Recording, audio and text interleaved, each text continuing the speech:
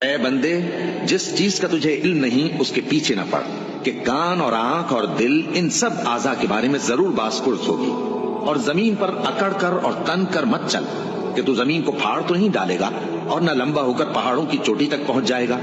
ان سب عادتوں کی برائی تیرے پروردگار کے نزدیک بہت ناپسند ہے۔ اے پیغمبر، یہ ان ہدایتوں میں سے ہیں جو اللہ نے حکمت کی باتیں تمہاری طرف وحی کی ہیں، اور اللہ کے ساتھ کوئی اور معبود نہ بنانا، کہ ایسا کرنے سے ملامت زدہ اور راندہ درگاہ بنا کر جہنم میں ڈال دیے جاؤ گے۔ مشرکو،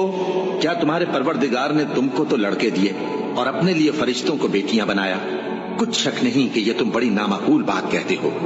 اور ہم نے اس قرآن میں طرح طرح کی باتیں بیان کی ہیں تاکہ لوگ نصیحت حاصل کریں، مگر وہ اس سے اور بدک جاتی ہیں۔ کہہ دو کہ اگر اللہ کے ساتھ اور معبود ہوتے جیسا کہ یہ کہتے ہیں تو وہ ضرور عرش والے کی طرف لڑنے بھیڑنے کے لیے رستہ نکالتے۔ وہ پاک ہے، اور جو کچھ یہ بکواس کرتے ہیں اس سے اس کا رتبہ بہت عالی ہے۔ ساتوں آسمان اور زمین اور جو لوگ ان میں ہیں سب اسی کی تسبیح کرتے ہیں، اور مخلوقات میں سے کوئی چیز نہیں مگر اس کی تعریف کے ساتھ تسبیح کرتی ہے، لیکن تم ان کی تسبیح کو نہیں سمجھتے۔ بے شک وہ بردبار ہے، غفار ہے۔ اور اے نبی، جب تم قرآن پڑھا کرتے ہو تو ہم تم میں اور ان لوگوں میں جو آخرت پر ایمان نہیں رکھتے چھپا ہوا پردہ یعنی حجاب ڈال دیتے ہیں،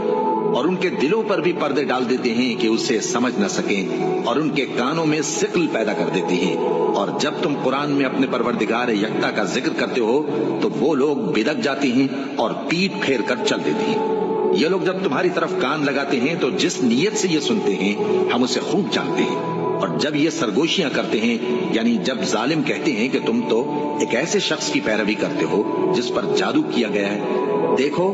انہوں نے کس کس طرح کی تمہارے بارے میں باتیں بنائی۔